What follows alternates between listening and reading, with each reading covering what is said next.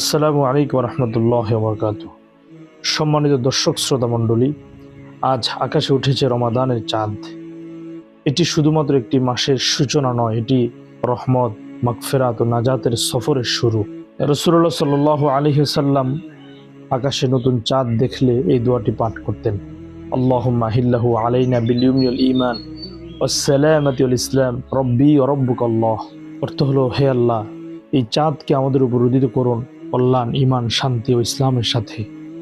হে চাঁদ, আমার আর তোমার রব আল্লাহ।